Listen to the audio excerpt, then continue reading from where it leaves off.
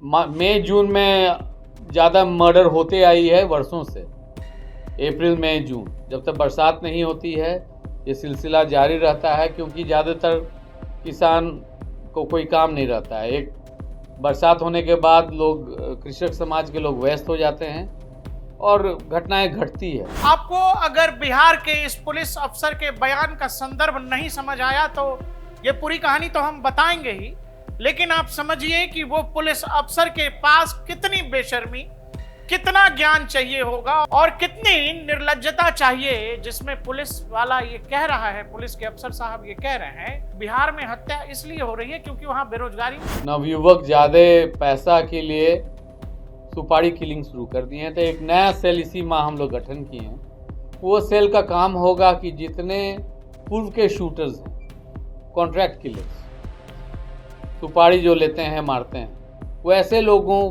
का data bank बनाएंगे और उन पर निगरानी रखेंगे। कि कितनी बेशर्मी चाहिए, किस तरह का ज्ञान चाहिए इस तरह के बयान देने के लिए, तब जब आप पुलिस के बड़े पद पर बैठे हो, पूरा पुलिसिया तंत्र आपके अंडर में हो और आप पर जब ये जिम्मेदारी है कि आप अपराधियों के अंदर पुलिस का, कानून व्यवस्था का, प्रशासन का डर बिठाएं, आप बेशर्मी के साथ सरेआम पटना राजधानी में अस्पताल में घुसकर 5 अपराधी एक मरीज की हत्या कर देते हैं और आप उस पर यह बयान दे रहे हैं। मई जून में ज्यादा मर्डर होते आई है वर्षों से। अप्रैल मई जून जब तक बरसात नहीं होती है ये सिलसिला जारी रहता है, क्योंकि ज़्यादातर किसान को कोई काम नहीं रहता है। एक बरसात होने के बाद लोग कृषक समाज के लोग व्यस्त हो जाते हैं और घटनाएं घटती है। इस पुलिस अफसर का बयान ये बताने के लिए काफी है कि बिहार में कानून व्यवस्था, नीतीश राज में जिनको कहा गया सुशासन बाबू,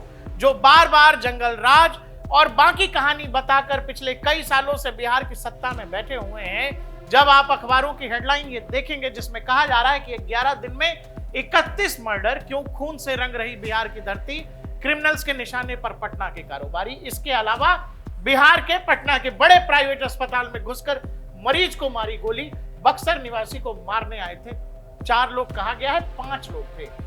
वो सीसीटीवी आप स्क्रीन पर देखिए और एक एक करके ये सब जिस तरह से चल रहे हैं, जिस तरह से इनका बॉडी लैंग्वेज है और जिस तरह से आप देखो एक एक करके, एक के बाद दूसरा, दूसरे के बाद तीसरा, तीसरे के बाद चौथा और चौथे के बाद 5वां, उस वार्ड में जाने से पहले जहां उनको हत्या करने के लिए जाना था, उस वार्ड में जाने से पहले सब अपने अपने हाथ का पिस्टल निकालते हैं, सब पिस्टल लोड करते हैं, अंदर जाते हैं, अंदर जाकर गोलीबारी करते हैं और फिर भागते हुए निकलते हैं। और उसमें से ये 5वां जो आपको स्क्रीन पर दिखाई दे रहा है, ये बहुत आसानी से टहलता हुआ, ऐसा जैसे किसी पार्क में टहल रहा हो, भागा। और उसके बाद ये सब जब आप देख रहे हैं, उसके बाद बिहार के इस पुलिस अफसर का बयान सुनिए। मई जून में ज़्यादा मर्डर होते आई है वर्षों से। अप्रैल मई जून जब तक बरसात नहीं होती है ये सिलसिला जारी रहता है, क्योंकि ज़्यादातर किसान को कोई काम नहीं रहता है। एक बरसात होने के बाद लोग कृषक समाज के लोग व्यस्त हो जाते हैं और घटनाएं घटती है। परंतु आप लोग के द्वारा, प्रेस के द्वारा हत्या पर हत्या, कुछ इस वर्ष चुनाव भी है तो राजनीतिक दलों के द्वारा भी इस पर ज़्यादा नज़रिया दिया गया है, तो उसको लेके भी हम लोग चिंतित थे कि हाँ, नवयुवक ज़्यादा पैसा के लिए सुपारी किलिंग शुरू कर दिए हैं, तो एक नया सेल इसी माह हम लोग गठन किए हैं। वो सेल का काम होगा कि जितने पूर्व के शूटर्स हैं, कॉन्ट्रैक्ट किलर्स, सुपारी जो लेते हैं मारते हैं, वो ऐसे लोगों का डाटा बैंक बनाएंगे और उन पर निगरानी रखेंगे। जेल से छूटने के बाद भी वो क्या कर रहे हैं, क्या नहीं कर रहे हैं, डोजेज उनकी रहेगी और हम शेयर करेंगे हर जिला से, या जिला से भी अनुरोध करेंगे कि इन पर निगरानी रखें। तो ये मुख्य एसटीएफ की अचीवमेंट्स की थी। हम संतुष्ट हैं। हमारा जो एसटीएफ इकाई है, क्रिमिनल्स प्रॉपर 700 पकड़े हैं, बड़े छोटे मोटे नहीं, और प्रिवेंशंस भी काफ़ी मर्डर्स, डकैती, लूट को हम लोग प्रिवेंट भी किए। नक्सली भी, कोई नक्सली हिंसक घटना ऐसा नहीं हुआ है, किसी की भी नक्सली हिंसक घटना में मृत्यु नहीं हुआ है। हम लोग का टारगेट है कि शेष 3 जो हथियारबंद नक्सली हैं उनको सरेंडर करवाएं और उनको रिहैबिलिटेशन पैकेज करें। पूर्व से भी करीब 16-17 नक्सलियों का जो सरेंडर पॉलिसी के तहत दिया जाना है उस पर भी हम लोग गृह विभाग से मिलके उनका मुख्य धारा में जोड़ने का प्रयास कर रहे हैं। आपको लग रहा होगा कि इस पुलिस अफसर का बयान हम आपको बार बार क्यों सुना रहे हैं, तो हम आपको इसलिए सुना रहे हैं कि अगर आप बिहार में हैं, बिहार जाने की तमन्ना रखते हैं या बिहार लौटने की तमन्ना रखते हैं, तो इस पुलिस वाले ने एक अंदाजा आपको दे दिया है कि सवारी अपने सामान के जिम्मेदार खुद है। क्योंकि अभी इस मौसम में, चूंकि ये मर्डर का सीजन चल रहा है, लूटपाट का सीजन चल रहा है, क्राइम का सीजन चल रहा है, बकौल बिहार पुलिस, ये सीजन ऐसा है कि अपने आप अपराध बढ़ जाता है।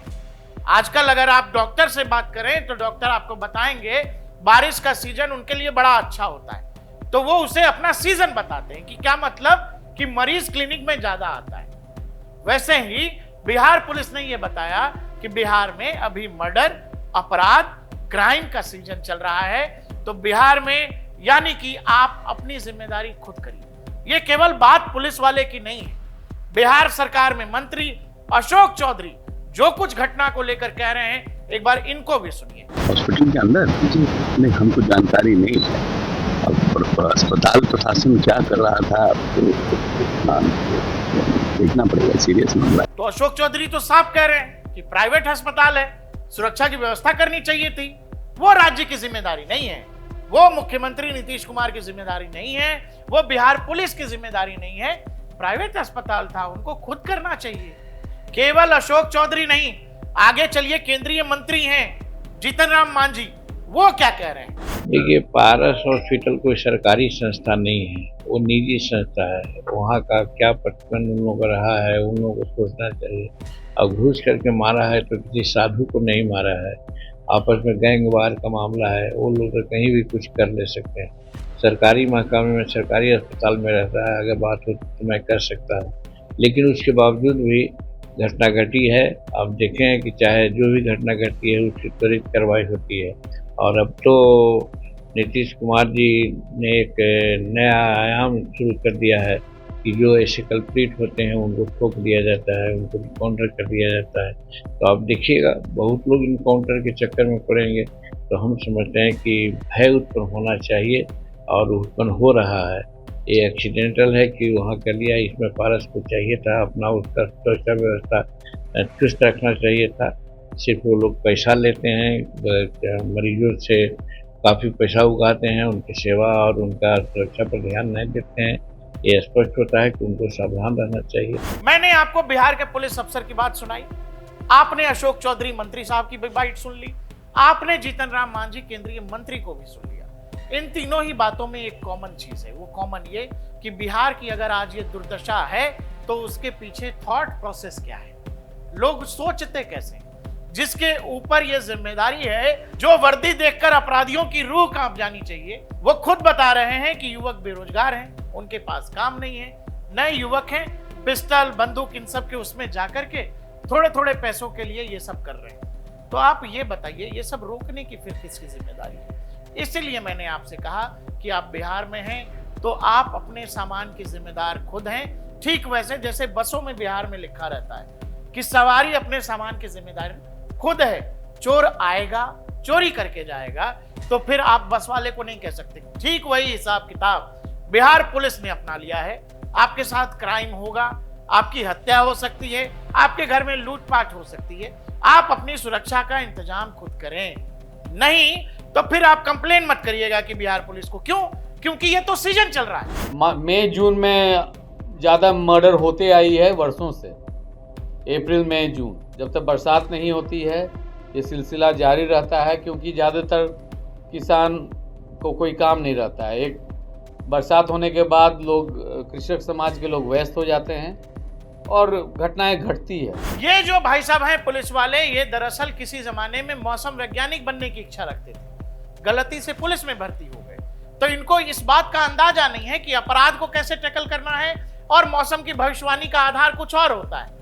ये अपराधी पकड़ते पकड़ते, चूंकि अपराध तो बिहार पुलिस पकड़ ही नहीं रही है, तो बिहार पुलिस का जो असल काम है वो छोड़कर बिहार पुलिस बाकी सारे काम करती है। बिहार पुलिस आपको मौसम की भविष्यवाणी करती मिल जाएगी, बिहार पुलिस शायद और भी तरह तरह के तरीके के काम करते आपको मिल जाए, लेकिन बिहार पुलिस से अपराधी नहीं डरते हैं वो। इसीलिए जबकि अफसर साहब को यह सोचना चाहिए था, पटना के निजी अस्पताल में जिस तरीके से ये अपराधी चल रहे हैं बिस्कुट टच, बिल्कुल बेतकल्लुफी के साथ जो चल रहे हैं, जिसमें किसी प्रशासन पुलिस का कोई डर नहीं है, ये किसी भी प्रशासन के लिए, किसी भी पुलिस अफसर के लिए, किसी भी राज्य की कानून व्यवस्था के लिए यह विषय होना चाहिए था चुल्लू भर पानी जिसको कहते हैं उसका। अब उस पानी के साथ आपको जो भी करना है, आपको उसके ऊपर अपने ऊपर आचमन करना है जैसे लोग करते हैं, या उसको लेकर बाकी चीजें भी कहते हैं कि चुल्लू भर पानी में बैठ जाइए, चुल्लू भर पानी में 50 तरह की कहानी है। वो विजुअल पूरी पटना पुलिस, बिहार पुलिस के लिए एक तमाचे जैसा है। लेकिन इतनी बड़ी घटना होने के बाद वहां के नेता, वहां के पुलिस अफसर जो कुछ कह रहे हैं वो ये बताने को काफी है कि बिहार में कानून व्यवस्था की क्या हालत है। जो लोग जंगल राज का डर दिखाकर पिछले 20 साल से बिहार में सरकार में हैं, अब उनकी भी सरकार में लगभग वही स्थिति है, क्योंकि न पुलिस पकड़ पा रही है, न पॉलिटिशियंस को इससे फर्क पड़ रहा है, क्योंकि बड़ा सब कुछ नॉर्मल लग रहा है। इसीलिए आपको यह समझना पड़ेगा कि देश में अलग अलग राज्यों में जब भी कहीं कोई क्राइम होता है तो लोग फिर योगी आदित्यनाथ को क्यों याद करते हैं। उत्तर प्रदेश में जो चोर हैं, जो पॉकेट मार हैं, जो लड़कियों के साथ बदतमीजी करते हैं, उस हर अपराधी को यह पता है कि पैर की एक गोली तो पक्की है अगर पकड़े गए तो। यह बात बिहार में बिहार के अपराधियों को नहीं पता है।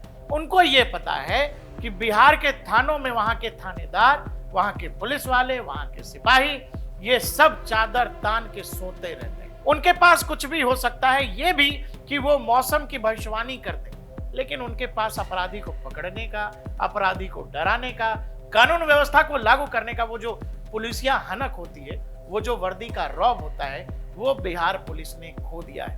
ये जो सीसीटीवी वाली तस्वीरें हैं, ये बिहार पुलिस के अगर उस अफसर को डरा रही होती, घबरा रही होती, और अगर उसे ये लगता कि ये तस्वीरें, ये विजुअल्स बिहार के पुलिस के ऊपर एक बदनुमा दाग जैसा है, तो फिर वो अफसर मौसम की भविष्यवाणी नहीं कर रहा होता। ठीक ही कह रहे हैं पप्पू यादव कि बिहार में अब कुछ बचा नहीं है।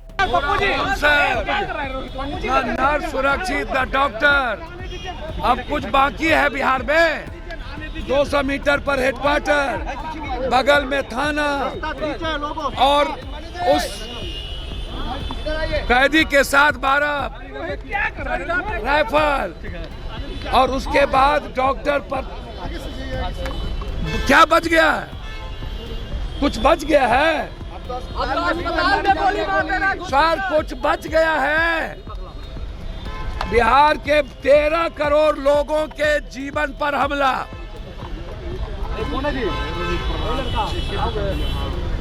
बस इन नेताओं का सिर्फ नेतागिरी बच गई है। ये लोग पैसे के बदौलत नेतागिरी करेंगे, फिनिश कर देना चाहिए। कब चलेगी इनकी एसटीएफ की गोली? जाति के आधार पर अपराधी का चयन होता है, गलत इनकाउंटर करते हैं, गलत शूटर बताता है, और ये लोग शूटर को बचाते हैं। गैंगवार हो गई है, गैंगवार। सर, कौन सा शासन? ये कोई शासन बचा है? अब भी कोई शासन है? बताया जा रहा है ये लखीसराय में जाके ये माफिया राज खत्म कर रहे हैं। वो बोल रहे हैं माफिया, अरे माफिया को पालते हो और माफिया राज खत्म करते हो। नीतीश कुमार तो सरकार चला नहीं रहे हैं। नीतीश कुमार तो लगभग सो चुके। अब ये सरकार चला रही है बीजेपी और हेडक्वार्टर के पदाधिकारी। अभी मैं गवर्नर हाउस जा रहा हूँ, गवर्नर साहब मुझे बुलाए हैं। अभी तुरंत मैं गवर्नर साहब से मांग करूंगा कि अब राष्ट्रपति शासन लगा देना चाहिए।